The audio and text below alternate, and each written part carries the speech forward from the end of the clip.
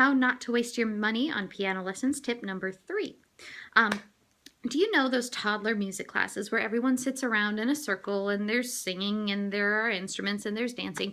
You may have wondered if those classes actually make a difference or if they're just kind of a fun diversion for 45 minutes out of your week. And the answer is yes, they do make a difference. And I could say that as a piano teacher who can tell the difference in these older kids coming to piano lessons between the ones who have had musical experiences like that and the ones who haven't.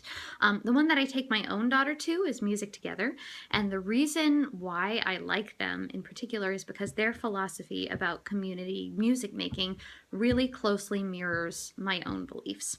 In the last video, I talked about how kids don't see live music being performed as much anymore as they used to. And the same goes for making live music themselves with their friends and with their families. Because music ultimately is a community activity, it's a group activity. And these days, people get so caught up in worrying about, oh, I don't like the sound of my voice, or oh, I can't sing, or oh, I don't know how to play an instrument, that community music making doesn't really happen anymore the way that it used to. Think about it. When was the last time that you were part of a sing-along? When was the last time that you went Christmas caroling? When was the last time that you noodled around on the guitar with friends? Possibly never, or maybe not for a long, long time. And those are great experiences for your kids to have and for your kids to see you having.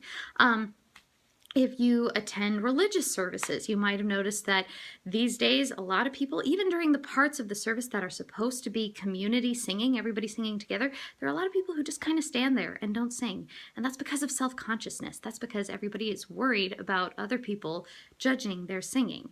When the truth is, in group music making, that's not the point. It doesn't matter if you're a great singer or not. And by the way, I also teach voice, and I can tell you that everybody is a better singer than they think they are. But that's a bit of a tangent. The point that I'm trying to make here is that if your kids have had the experience of making music joyfully and creatively and without self-consciousness in a group before they come to lessons, then that's going to make them more open to trying new things and being creative when they have to make music in a more formal way. And that makes such a difference. Plus, I'm just going to throw this on the end there, they tend to be much better at hearing pitch and rhythm.